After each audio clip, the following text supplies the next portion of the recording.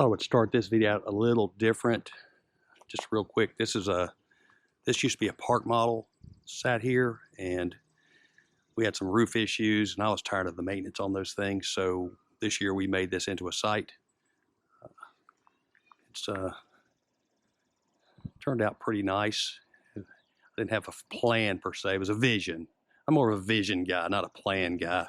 But anyway, so we got a propane that was already here, so we put in a propane fire table. It's all ADA, so you can roll right off the concrete onto the deck.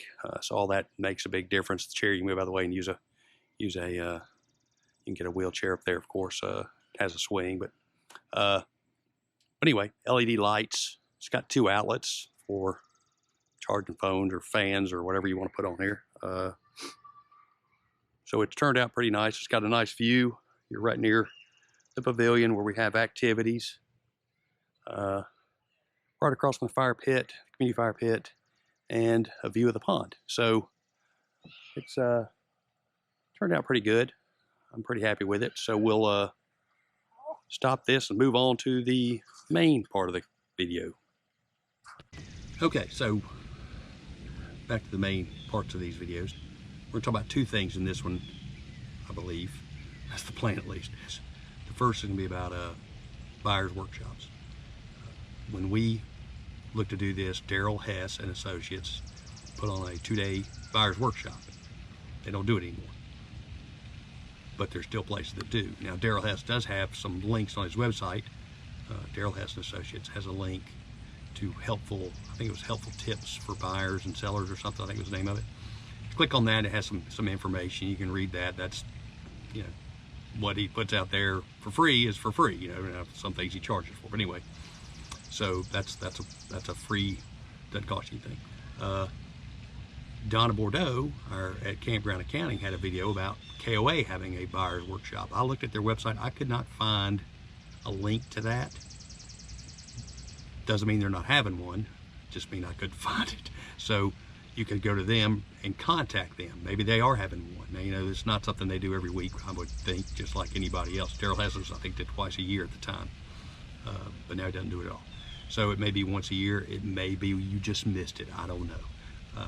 Anyway, but there's an opportunity. In fact, there's 2 other places I know of. Okay, ARVC, ARVC, Association of RV Parks and Campgrounds.org, arvic.org.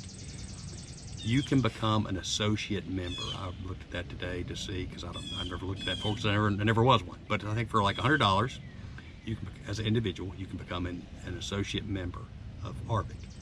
And that opens you up to some training information, opportunity to go to the convention, to meet suppliers, that kind of thing.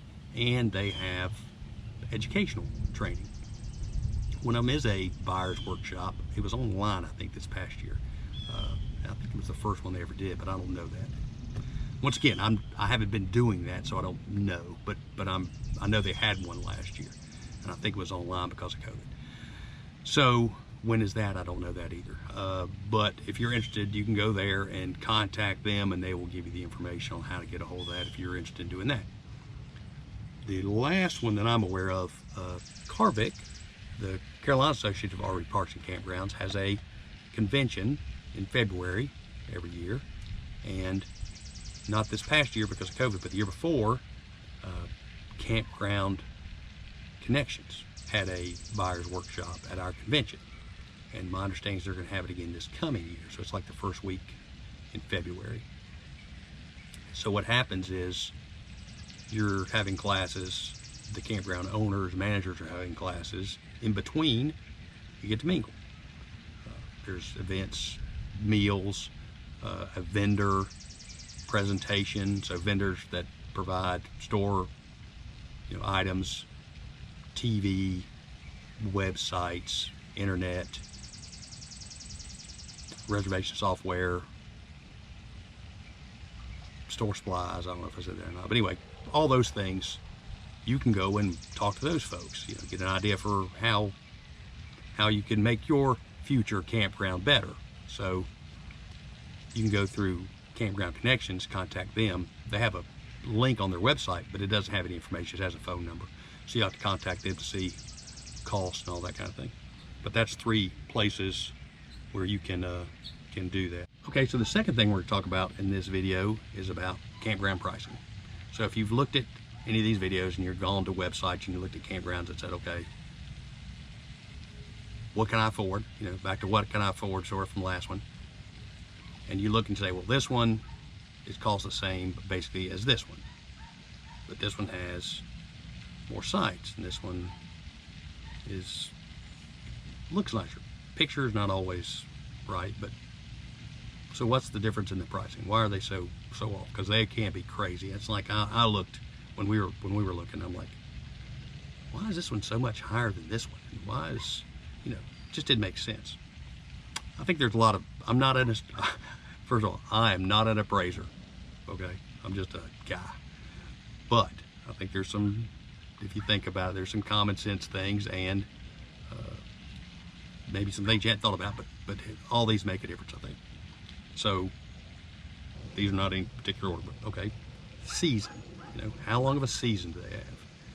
We're open year round. Therefore, we can make money year round. A place that's open April to November, you know, they got a window of opportunity and they got to get it then. So, and that gives you more time off. I'll just say that. So that's the thing. They may not make as much money. They may, depending on where they are and all. There's a lot of factors. You know, as I go through them, there's a lot of factors. But maybe you have a little more break if you're working at those places, if you own those places. Okay, so season, that's a biggie, I think. How long are you open? If you can't make money, if you're closed. Location. Okay. A lot of things about location. Okay. How many campgrounds are for sale in that area? You know, if you're in a high density camping area, the mountains, the coast, some certain destination, you know, there might be a lot of people vying for the same group of people looking to buy. So that could affect it. Is it, speaking of destination, are you close to somewhere? You know, if you're out in the middle of nowhere, people having to drive a long way to get to you, you're a destination park. That destination better be nice, or you know, they don't come. You know, why come to a place that doesn't have any amenities, that kind of thing. So they have a lot of sites, but if they're not drawing the people in, maybe that's why. If you're close to big cities, you know, the more people in a radius around you, the more likely they are to come camp with you. Common sense. Interstate access. If you're not far off the road, people traveling to and from places are looking for somewhere to pull overnight, maybe extended day. Happens to us all the time. Come for one night, stay for 2. So, you know, if you're close to one of those kind of things, you don't be too close. Truthfully, I don't think. Noise, but that's another thing. That's another option. Okay, so interstate access. Next thing, maintenance. Have they kept the place up? You know, a lot of people, it's a lot of work keeping a campground up. I'm not as good as I would like to be, but it's hard. There's always something that needs to be worked on. It's just a never ending. It's like a really, really big house. The Biltmore house. Trying to manage a Biltmore mansion by yourself. Sometimes it's what it seems like, but there's a lot of things to keep up with. And all those things, I mean, the more you can do yourself, the better your costs are, but it's just hard. It's hard to keep up with everything. So, you know, if it's run down, then you may not, they may know that and they're pricing accordingly. Also about no location, sort of location, subset, neighbors. You can't own everything.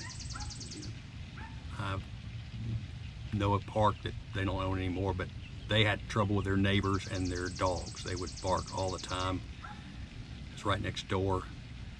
And it was just something. Did it affect their business? I don't know. Did it bother them? Yes, it did. So, you know, are you close to some kind of industrial park or something that's making a lot of noise? Are you close to somewhere that has fumes, you know, smells? Highways, you know, interstate. It's nice to be close to interstate.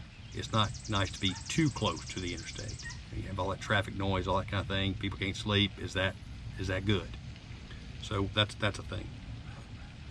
Access. You know, when we looked at places, I know there was, everywhere had something. I'm just gonna say, you can't, like I said, you can't own it all, and you're gonna have neighbors, and you're gonna have roads you're gonna have to travel to get there. Some places are really curvy, some places have really bad railroad tracks. I have a bad entrance road. It goes way down a hill and way uphill and makes a curve, and that's my biggest gripe I hear from people, and I can't fix that. You know, the road is, I mean, I can make it, if I made it pristine, people would fly up and down that road. So, but I can't tell that to every person that drives in here, but you get a review and you're like, okay, yeah, it's not the smoothest road, and it is downhill and uphill, and it gets narrow at one spot. You can get through. I have 70-foot, I had a 70-foot double wide pulled out of here, so you can make it with your 36-foot fifth wheel. But I can't tell that to everybody, so it is what it is. So, but you have to be realistic in saying, okay, maybe there's a problem with this place. Okay, amenities. So the place you're looking at, does it have anything? Is there a pool there? Is there a river, a pond, a creek, horse trails. Some are close to horse trails. When we were looking, I saw some. Some are close to four-wheel parks. You know, people that like to do four-wheeling. They're right there. Maybe you have enough land you can do that yourself. I know some places that are on the river, they do tubing too. So they have a little side hustle there. They're making tubing money as well as running a campground. So, you know, all those things make a difference is what they're worth. If there is extra, income from something else. So I don't want to go too deep in this, but if you're looking to buy a campground and the prices are way different, and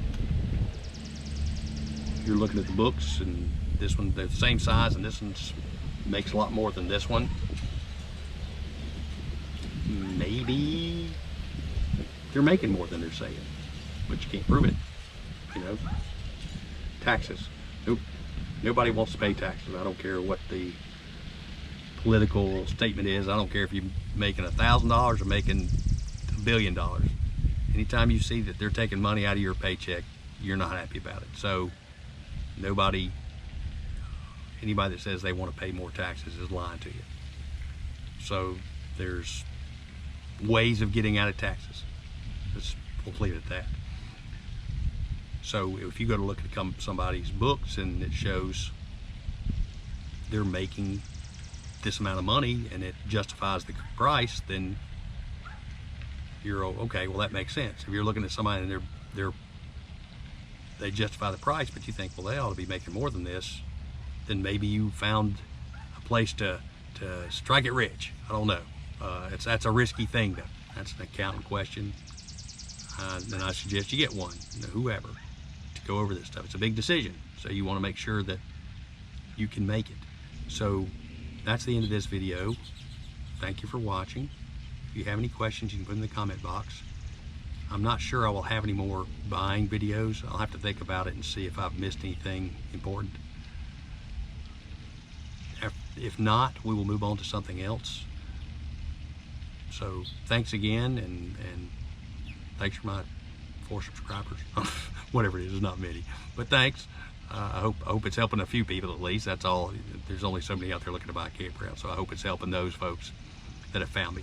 If not, sorry.